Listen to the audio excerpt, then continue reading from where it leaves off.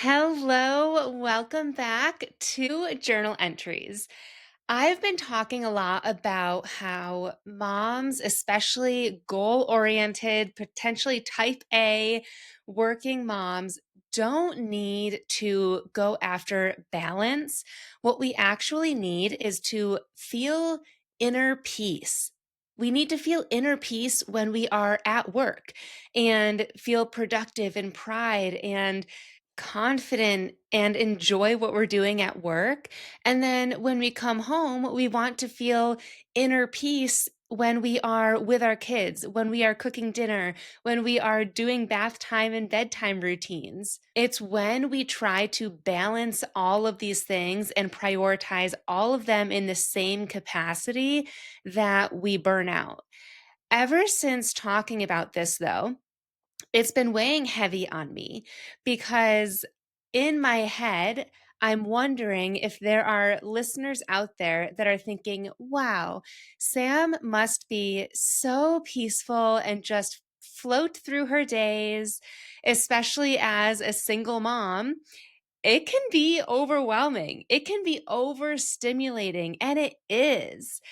I'm definitely not at peace all of the time. I'm definitely not calm all of the time. And there are times where I feel so depleted. Just the other night, I was giving my son Griffin a bath, and I was on the floor texting my sister saying, I have not felt this depleted in so long. It's just like all of the energy is drained out of me, and I don't understand why. And then, of course, I realized all of the reasons why it probably was drained out of me. But I want this episode to be a awareness around the fact that inner peace can still be within us even during the overstimulating times. And B, I'm going to show you how that actually happens, because even though I feel depleted and overstimulated and overwhelmed and all of these normal emotions happen, I have a way to process them, and I have a way to call in or to summon this inner peace that allows me to be present in the moment and patient. Because let's face it, my kid is a 4-year-old. He is what is causing a lot of the overstimulation and the overwhelm, and me feeling depleted at the end of the day. So, this episode is for you if you want that quote unquote balance between your career and family, but you feel like there's just no way that you could do that because your life is too crazy. Your kids are too crazy. By the end of this episode, you are going to be able to summon your own inner peace, even during challenging emotions, because having inner peace definitely does not mean shutting out big emotions that come up for you. If that, it would be the opposite of what I preach for you to you with journaling.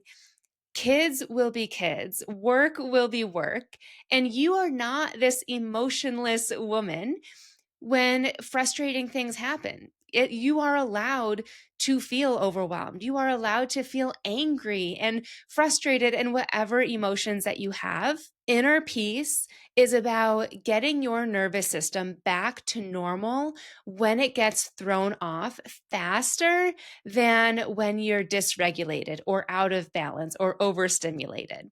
So when you think of inner peace, that's what you can think of. It's not this floating, I don't know, maybe that's what I just think of as I keep saying this word float. So we're just going to go with that. I think of this like floating, peaceful, this woman who's like never bothered by anything. But that's just not realistic. There are times, rightfully so, where our emotions spike, our nervous systems spike. And I'm going to go into the example that happened the other night for me, or the other morning. This was like right in the morning when I was supposed to be going out the door, dropping my son off at daycare. And even besides this one story, there are just so many times as a mom where I, under my breath, say, "Oh my fucking God." That was good. I feel like that's exactly how I say it. Usually it's like when I'm putting my son in the car and I have that like, what is it, 2 seconds maybe from the time that I close his door and walk around to the front of my door. I take this huge inhale and then I exhale as I say that. And I just kind of like shake it off. Literally, I shake my body. And then there are mornings when you're rushing. But for me, that's only 1% of the time. And when I talk to my clients, they have every morning feels like they're rushing. When you're rushing, you are in this frenzied state. I know that you can picture this and probably even feel it. Maybe your heart is even starting to race a little bit right now. But when you picture mornings that feel peaceful, it's the opposite. It's almost calm, it's relaxing. Maybe you even picture yourself doing different things. However, there are certain mornings, like weekday mornings, where you just have to do certain things and you have to be out the door by a certain time. There is a way that you can choose to feel inner peace, even though your kids need their jackets on at certain times, even though they need to eat breakfast and they're not eating breakfast, even though they're stalling putting on their clothes and putting on their shoes, and you feel like you're going to be late. When you are able to focus on this inner peace during those times, you're able to mostly, not fully, but mostly calmly and patiently explain your frustration instead of putting it on your kids. I think that's the biggest difference and a huge takeaway from this episode is that when you are feeling inner peace inside and not letting your frustration or overwhelm or anger take over you, that is when you show up differently. You respond instead of react. There is a time and place to process that anger and overwhelm and frustration. But in the moment when you are rushing, trying to get the kids out the door, trying to get yourself to work on time, that's not the time to do a brain dump and process all of this stuff.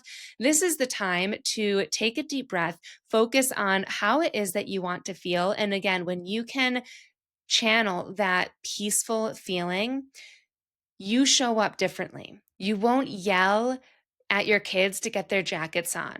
You yourself won't be literally running around your house trying to find your shoes. Instead, you might show up how I did the other day when Griffin was just having one of those epically slow mornings. And it was one of those 1% mornings where I felt like I was rushing, where we were just behind and not just behind. I was trying to do too many things at once. And when I do that, I overstimulate myself. And that puts me into this feeling of feeling rushed. Even if I don't have anywhere to be, I feel like I'm behind.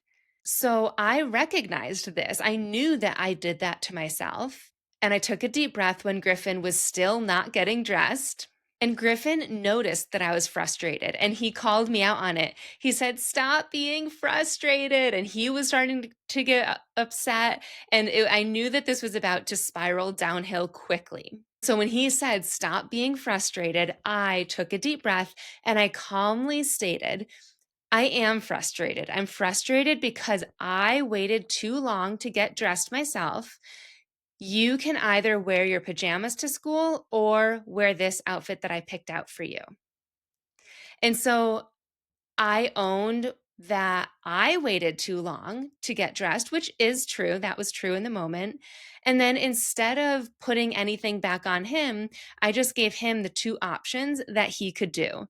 And I was truly fine with either at that point, PJs or the outfit. And he decided to wear the outfit. So I said, "All right, great. Stand up from your chair and I will help you get dressed." He resisted. He was like, "No, I don't want to." I had to get up and pack some things in his backpack for school anyways, like his blanket for nap time. And so I said, "All right, I'm going to pack your backpack and then we will get you dressed." And so I went to go do that, as well as get his shoes from the door and the jacket. I got everything and I just brought it over to the living room where he was. And by the time that I got back, he was hiding under a blanket, but he was peeking out like I could see him. Even though I felt even more rushed because now he's hiding. Now, this is one extra step to get him out from underneath the covers, changed, and out the door. I took another deep breath and I calmly said, Griffin, would you like to stay in your pajamas or change into these clothes right now? And he said he wanted to change into the clothes. And so I said, okay. I knew that the TV was still on. So I said, you can change into your clothes while watching the TV or while turning the TV off. And of course, he said he wanted to still watch the TV show. He immediately came out from hiding and we changed right away. I didn't realize it at the time, but I put both of his shoes on him and I was just going so fast that I put his shoes on him and then I went to go get my jacket on and he starts whining and I'm like, "Oh my gosh, what now?" Right? At this point, externally to him, I think I'm coming off as calm, but internally I'm still like, "Ugh, let's go." And he starts whining and so I come over and he says I put two different shoes on him. He has two different sets of Ninja Turtle shoes. So they were both Ninja Turtle shoes, but they were two different kinds, one from each pair that he has.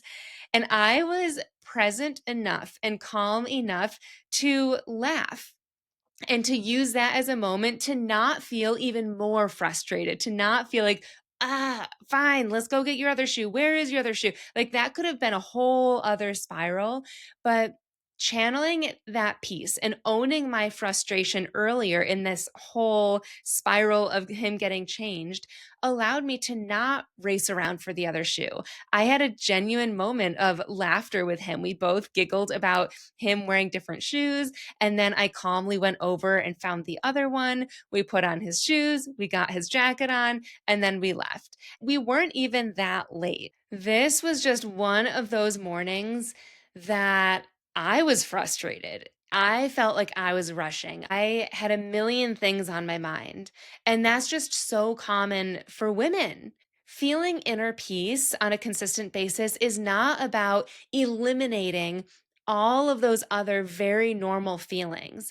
It's about allowing those feelings to come and having a process to work through them, which I do through journaling. And that will help you establish how it is that you want to feel. Maybe inner peace isn't the word for you. Maybe you want to feel calm or independent or worthy, fulfilled. You can come up with how you want to feel and how to get there. I will link my Calm Mind Blueprint in the show notes. It's a free download that will actually help you unintentionally create your word and how to get there. That's not what it's for. It's to go from overwhelm to inner peace.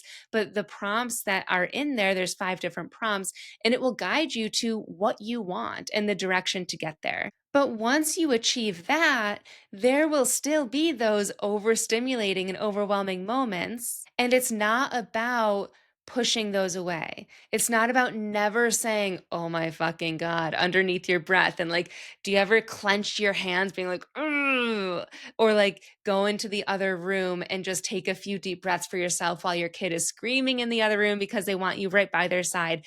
All of that still happens. You can still choose to shake it off, take a few deep breaths for yourself, slow down. And by the way, physically slowing down your body and breathing are two ways that actually impact your nervous system. Your nervous system will regulate just from those two things, not from saying, I am calm, I am calm, I am calm, which is why affirmations are fun and inspiring and great. And I did them for years and years, but those aren't the things that will actually make you calm. Breathing will. Walking slowly back into the room where your kid is will. And they always say that with parenting, you can parent in the moment with your kids of in the meltdown or whatever it is that they're going through. But a lot of parenting is beforehand, right? If you're trying to help them with sleep, you parent them through their sleep struggles in the daytime before you even get to that. And that's the same with this. You help yourself through these overwhelming times beforehand in your journal. You can journal through how you want to regulate your nervous system, how you can channel your own inner peace, so that when these situations happen, you can confidently honor that, yeah, this is a hard freaking moment, but you can also stay present in it. You can also stay peaceful in it, and you can stay patient with yourself and with your child and with your spouse or whoever else is around. You can stay compassionate with yourself and with your child or whoever else is around. That to me is what inner peace looks like when you are in the thick of it. I hope that this helps, because being a mom is tough, and putting all of these expectations on us, even the expectation of, I want to feel inner peace, that can feel like one more thing. And so I hope that this episode gave you permission to want to feel inner peace, and even gave you insight on how to feel that without feeling like you can't feel those challenging emotions and that you can't experience the challenging times. All of those things can be true while you feel inner peace, patience, and presence. Again, I will link the Calm Mind Blueprint in the show notes. You can download it and look at all 5 prompts at once. And it will be about a 10 to 15-minute journal session for you to journal from overwhelm to inner peace. But I've also set it up so that it's a 5-day journaling challenge where I'm going to email you for 5 days with just a little check in. And each check in is about one of the prompts. So for each of the 5 days, you'll get one prompt with voice guidance from me via a private podcast. It's called the Calm Mind Blueprint Experience. You can only find the link for that through this download. So definitely check that out. And if you loved this episode, please leave a review on Apple or leave a rating. I would really, really appreciate that, because the more reviews that this podcast has, the more women will find this podcast and be able to feel better and feel more worthy and feel inner peace themselves. Thank you so much for tuning in today, and I will see you next week.